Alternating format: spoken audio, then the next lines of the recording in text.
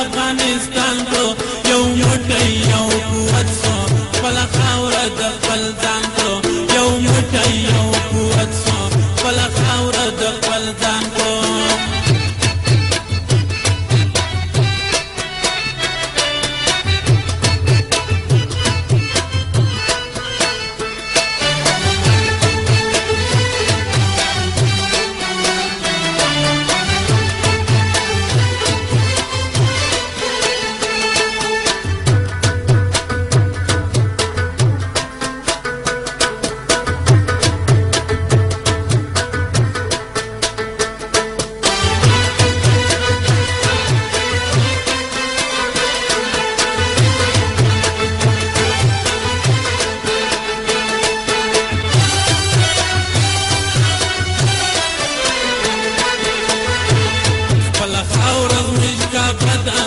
د پلار نکای دیره ده راسي ټول ورته سجده سو او یقین په پاک سبحان کو خپله خاوره زموږ کعبه ده زموږ د پلار نکای دیره ده راسي ټول ورته سجده سو او یقین په پاک سبحان کو ټول راشي افغانانو سي آباد افغانستان کو یو موټی یو قوت سو خپل خاوره د خپل ځان کړو ټول راشي افغانانو سي آباد افغانستان کو یو موټی یو قوت سو خپل خاوره د خپل ځان کو یو موټی یو قوت سو خپل خاوره د خپل ځان کو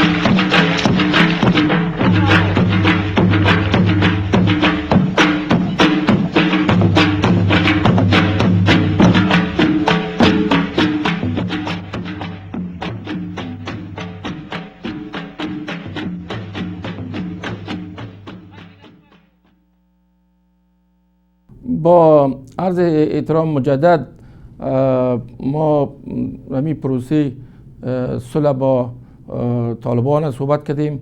امید است که از هر طرف افغانستانی تقویه شود و نظریات پیشنهادات تمام قوا و برادرها هم در نظر گرفته شود.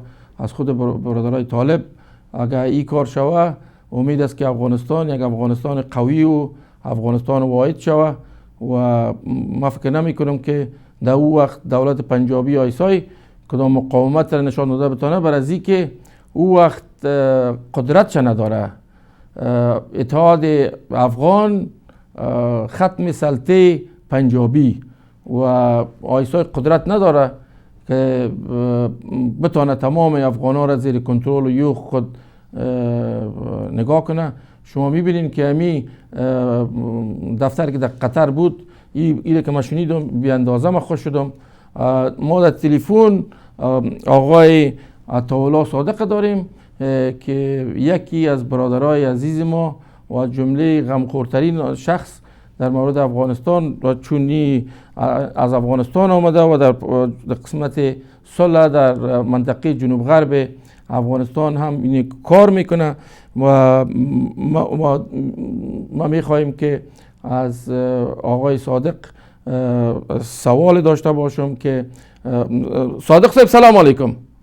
السلام علیکم متین صاحب محترم. چی حال دارین بزرگوار؟ شما خود استادم هستین، شما خود میفهمینی؟ خواهش میکنم. ما شما برادر هستیم، ما شما همدرد هستیم، هم سفر هستیم، این راه سفر دراز. و شما اینمی تشویق شما بود که ما آمدیم پارسال در افغانستان و شما اونجا همراه ما هم سنگر بودین. مثلا شب و روز ما شما یک جای تیر کردیم. صادق صاحب گل، سوال مهم است که شما راجع به صلح چی فکر میکنین؟ این موضوعی که همین پلانی که ما برای اهل مسئله طالبان پیشنهاد کردیم برای ازی که پلان کرزی صاحب یعنی خوب بود در کمیسیون صلح، اما او کدام روح نداشت، کدام سبستنس نداشت. با او ترتیب برادرای طالب هم علاقمندی نشان دادند. در این حال امریکا مسئولیت خود در نظر نگرفته بود که اگر شما میارین یک نفر که هیچ در زندگی خود یک شانوپلی نداره و کل عمرش در جنگ تیر شده، در کو تیر شده و او فامیل خود بیاره و چطور فامیل خود یاشه و باته کنه که یک موضوع مهم است. اگر اونا بفهمه که موضوعشان حل فصل است توسط امی فندی که ما گفتیم فند بین المللی از طرف امریکا و ناتو و این فند برشون موجود باشه که به اینا در قسمت اعمار خانه مثلا از نگاه دوباره سواد آموزی بعد از او موضوعات کاروبار یا از نگاه بزنس در مناطق پشتون افغان ما که از نگاه رشد اقتصادی در تمام افغانستان یک بالانس هم با وجود بیاید. چرا ما 5,000 سال افغانای ما کل یک جای ما زندگی کردیم. اگر این کار شود ما فکر میکنم که برادرای طالب ما بسیار زیاد خوش نظر خواهد بود در قسمت اهل مسئله افغانستان. وقتی اهل مسئله افغانستان این پرابلم افغانستان حل شود و افغانستان واحد با وجود بیاید، ما فکر نمی کنم که ما از نظر امنیتی، از نظر تمامیت ارضی، از نظر سرحدات خود، از نظر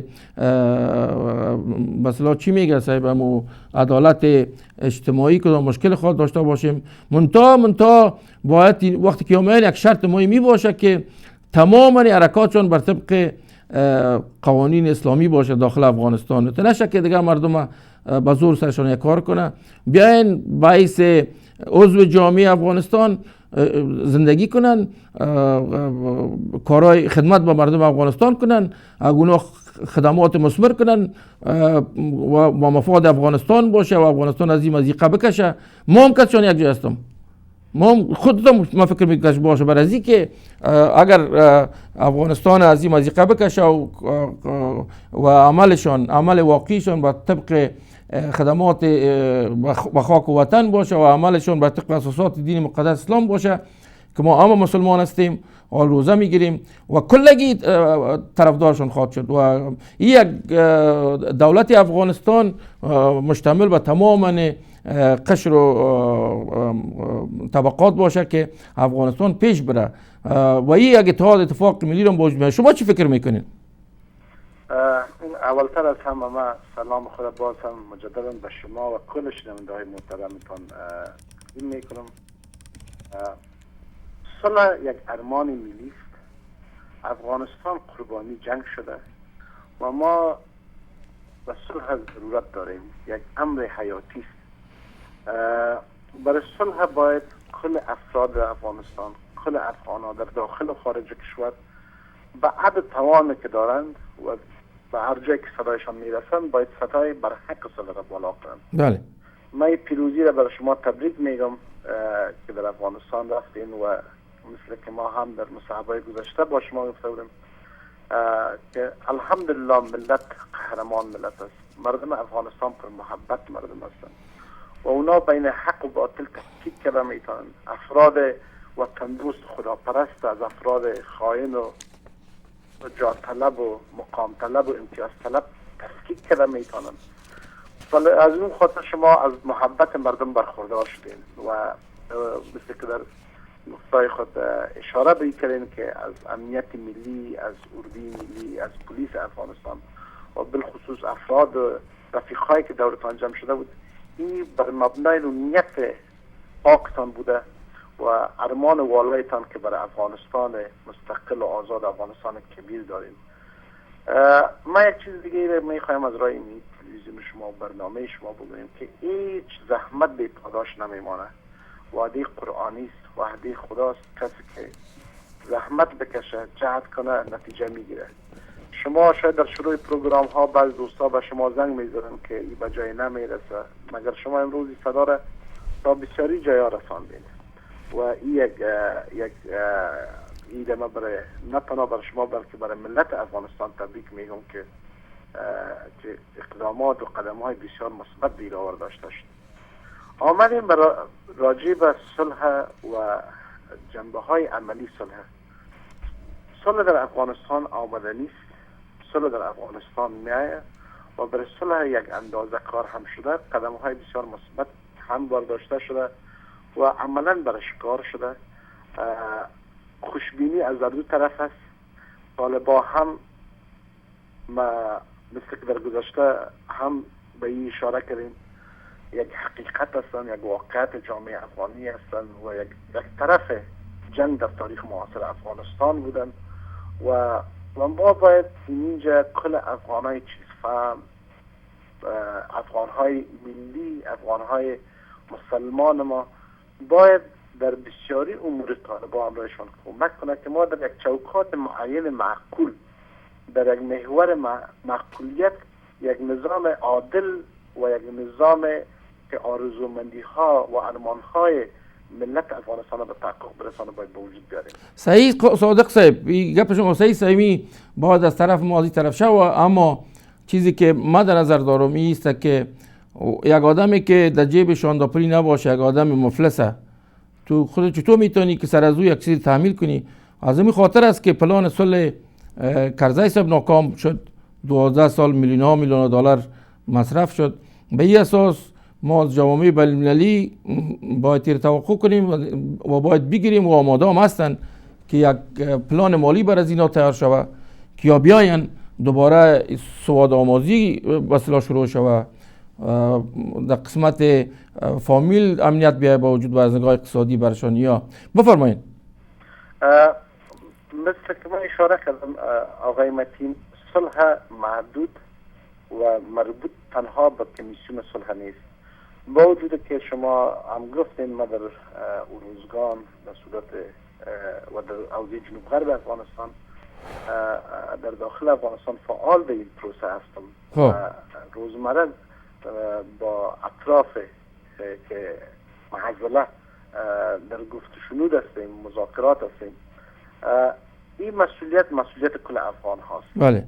و یک چیز دیگه که افغان های بیرون حلقه خود شورای صلح میتونند کارهای بسیار و قدم های بسیار مثبت برداره است که همیشه در کانفلیکت رزولوشن یا در حل معضلات سیاسی یا اختلافات نظامی باید یک افراد بی‌طرف خوشنام و نیکنام باید مطرح باشند. شما هم ورکیبیسیون شما یعنی دیورنجرگه هم به این بسیار قدمای مثبت ورداشته میتونه و البته انجمنهای دیگه هم باید به این را مسئولیت خود بدانند که در این مرحله مهمترین چیز در حیات سیاسی افغانستان صلح است. و دوم به جنبه عملیش که شما گفتین باید بازسازی، پروژه انکشافی، یعنی کلکتیو ریجوکیشن، تعلیم تربیت جوانا، این چیزهایی است که اینا عناصر است که در تضمین صلح پایدار بسیار عدالت اجتماعی نیز ضامن صلح است. بله. ما وقت فرهنگ صلح را به وجود آورده میتونیم که مردم مشکلات ابتداییشان حل باشه و یعنی ما نه تنها باید سرازی فکر کنیم که چطور طالبان در پروسه آورده میتونیم، بلکه سرازی فکر کنیم که چطور یک نظام عادل به وجود آورده میتونیم که در نتیجهش مشکلات همه یک پشتگه حل شده بره. بله.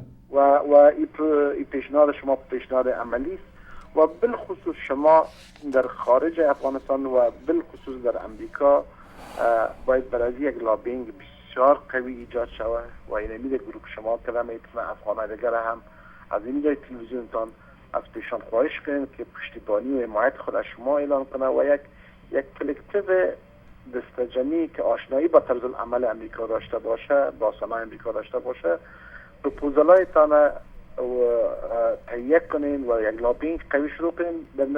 ما به اطمینان مطلق برتان میگم که این زحماتتان بی‌پاداش نمیمانه و شما یک وقت در صدر رهبری پروسه صلح قرار بگیرید.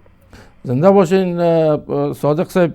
از نظریات گرانبهایتان بسیار زیاد تشکر صاحب. بسیار لطف و مرحمت کردین. ان شاء الله صاحب که شما میبینیم از نزدیک ان شاء الله باز ما شما گپ میزنیم. بسیار لطف کردین. احترامات و خدمت فامیل تقدیم کنین صاحب. باشین موفقیت بیشتر تان. زنده باشین صاحب. تشکر. بازم با عرض مجدد این تنها یک فریم ورک میگه، یک چوکات امی پیشنهاد است برای حل مسئله مردم افغانستان تا بالی کسی نتانسته که یک مثلا یک چارچوکات منظم بیاره که در او منافع افغانای ما، منافع پشتونای ما در نظر گرفته شده باشه. به این ترتیب ما این فکر میکنم که یک جنبه بسیار فوق العاده عملی داره و این قابل قبول هم است از طرف دو طرف، یعنی از طرف دولت افغانستان باید قابل قبول باشه، از طرف طالبان قابل قبول باشه. برازی که حیات اقتصادی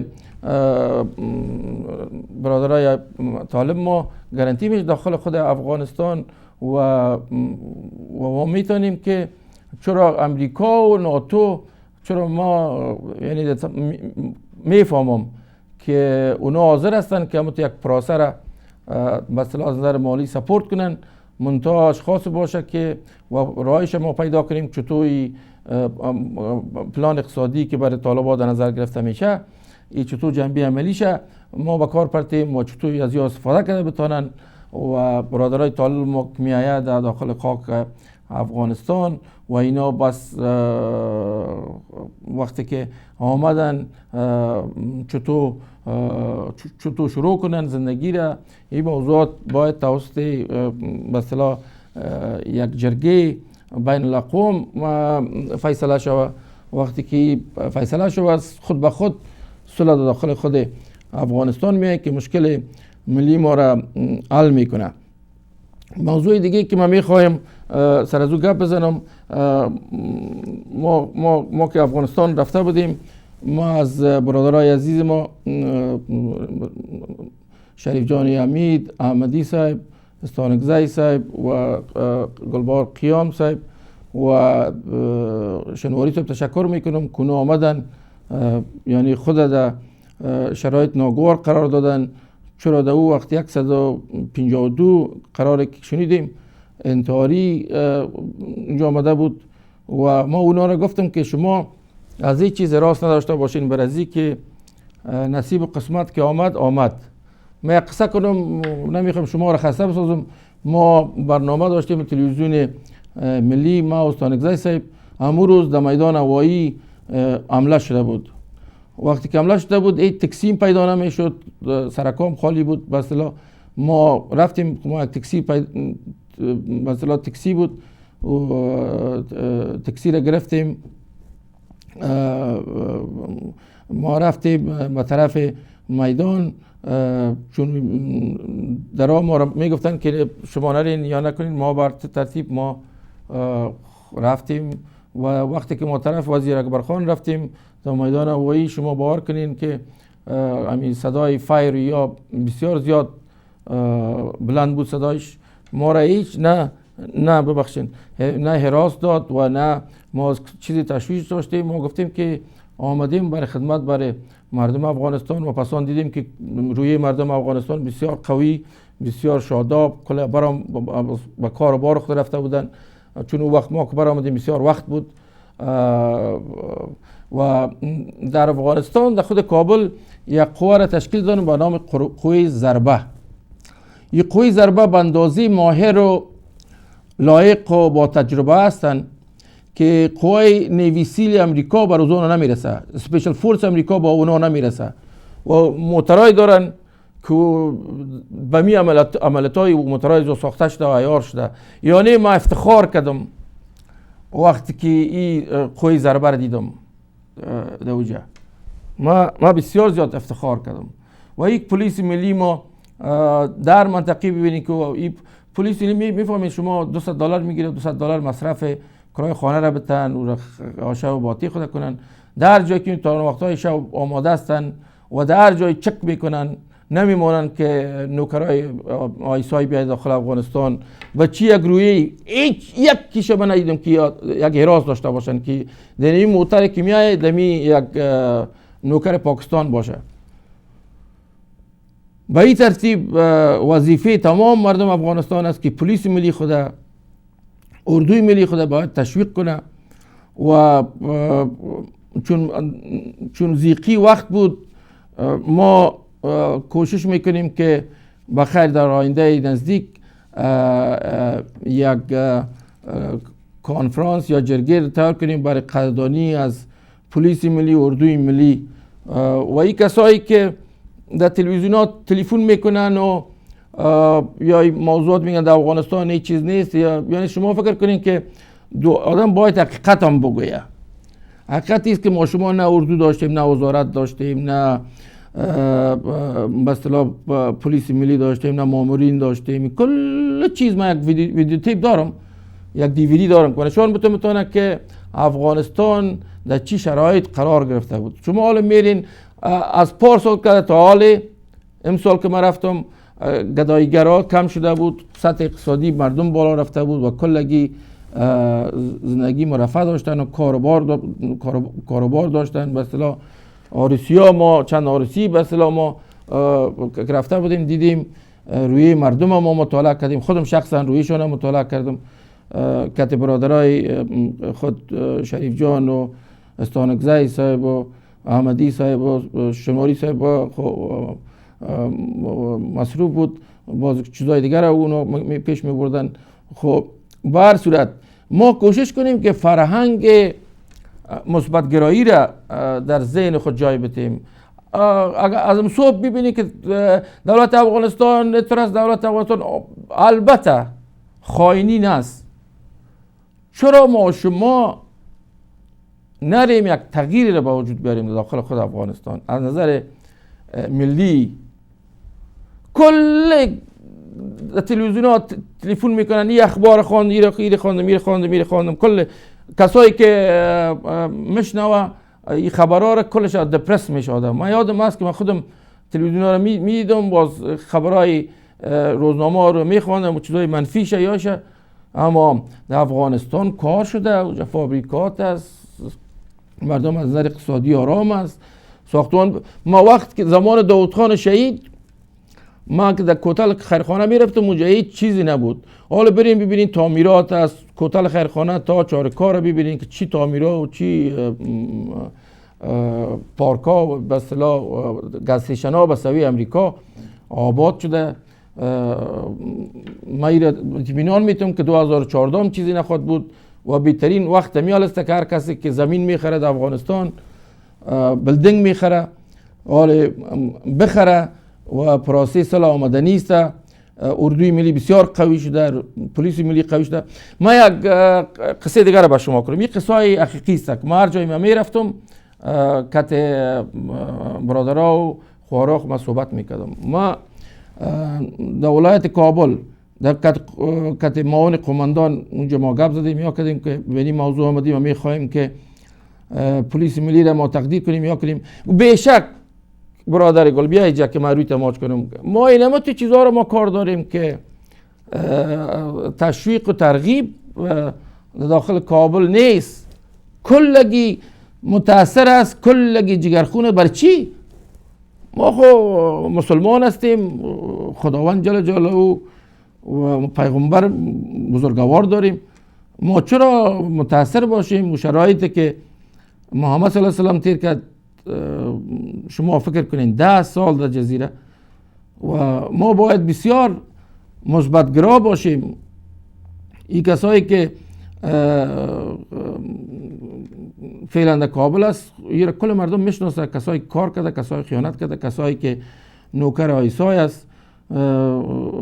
مثلا اشخاص کسایی که در دیوان جرگه بسیار آمدن غیر رسمی و نامه‌شون در کابل ما مخفی نگاه میکنیم از خاطر از اینکه اونا فعالیت‌های خود کرده بتونن یا کنه. مثلا در وزارت خارجه قرار که من شنیدم، من اینو با چک میکنم که یکی از نفرای قریش کلان میگه مانده بود یا کده بود برای آیسای کار میکرد، تمام داکیومنت ها و یارا میخواست که تیر کنه و چندین نفر دیگر هم میخواست که گمراه کنه، 15-20 نفر دیگر او گیر آمد توسط امنیت ملی و او را 25 سال بندی کردن. اینو با ما گفتن ما باید تیر چک کنم. ما تنها شنیدم این موضوع را. یا اعضای دیوان جرگه رفتن در اوجه در کابل خود برن بر یتیما کنسرت میتن. از این قبیل فعالیت ها اعضای دیوان جرگه زیاد دارن. مردم توجه زیاد دارن که شما برین در اوجه بالای شانهشان دست بانین. ما در اوجه بودم مثلا اشخاص ملی، قماندانا و رئیسا و دگروالا و عسکرای اردو یا کلگی می آمدن. مثلا به اندازه اونا متوجه ما بودن. اول خداوند جل جلاله و تا وقتی خداوند نصیب قسمت ما رو در دنیا کرده باشه چیز کس دست نمیتونه ما را. و ای که حتی از وردک از مناطق دور موترهای عسکری که سای منصب نه عسکر، سای منصب و عسکر که مشدار یا به ما روان میشد دیگه. شما ببینید احساس ملی. دیروز نه پریروز چند دوستا تلفن کردن که ما دائم توجه بودین شما که ما چه ذکر کردم پیشتر، گفتم که ما متوجه امنیت شما بودم. و دیگه یک موضوع دیگه است که ما ببینم در اواخر برنامه شهید داود خان میمونن و شهید داود خان شما میفهمین که از این دایه دیورند بسیار فوق العاده دفاع میکرد و در زمانی که اونا زنده بودن هیچ کس توجه نمیکرد و دائم در مقابلش گپ میزد و کسی که کت داود خان کار میکرد یا به خدمتش میرفت او را میگفت که چاپلوس داود خان هستی، چطور است، چه کار هستی. از اون جمله برادر خودم است و برادر خودم تعهد کرد که داود خان کت ملی غرزنگ نگریخت، از وزارت داخله نگریخت تا آخرین لحظه حیات خود برای دفاع از خاک و وطن حیات خود داد. شما کوشش کنین که واقعیت‌ها را در نظر بگیرید. یک نفر که زنده است، یک نفر که شما میفهمین خدمت میکنه، شما در پشت از او بدگویی و کوشش میکنین که یک چیزی با او قسمت از او پیدا کنین، باز او را بگیرین در پشتش. باز وقتی که اون نفر مرد باز او خدایا چه خوب یک آدمی بود. یگانه مردمی که همین مشکل داره ما هستیم. شما دیگه مردم ها رو ببینین که پنجابی های پاکستانی ها که میاین یکی پیش داد در پشتش، یکی را که امیر دمی دعوا میگن وقتی که میرن از یک مسجد دیگه مسجد میرن، اینا یک نفر کلان انتخاب میکنه کل در پشتش میرن، هیچ کنه نه جنجال است نه کدام مشکل است.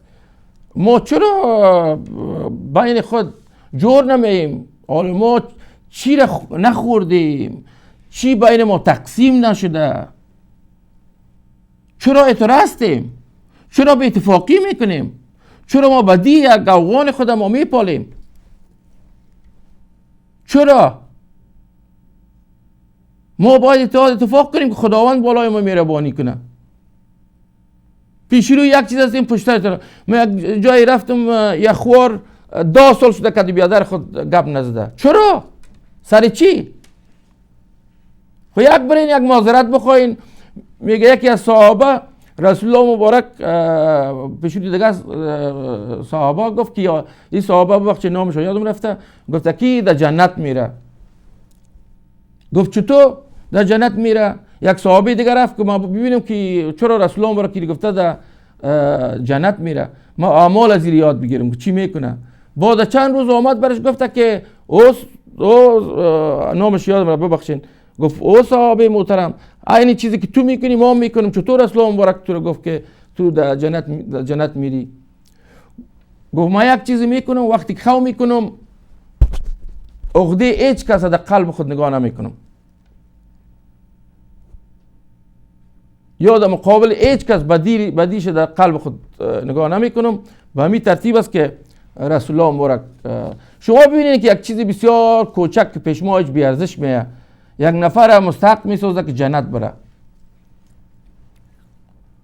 چرا شما باید ما رفتم در بلژیم که موضوع بلژیم هم قسم میکنیم، ما 1 ساعت دیگه داریم در بلژیم. ترکا را ببینید که در جای رستوران های ترک است شیشتن رما رما رما رما رما رما باید دیگه قصه و بعد از افطاری ماه مبارک رمضان جشتن نان میخورن یا میکنن دل آدم تازه میشه. چرا ما میکاره نکنیم؟ لحاظ خدا میکاره کنیم. کسایی که کار میکنه واقعیت در نظر بگیریم، کسایی که خائن است و او پول داره از خاطر پول از او رو در نظر نگیریم. ما باید حقیقت در نظر بگیریم. ما میخواهیم که بریم به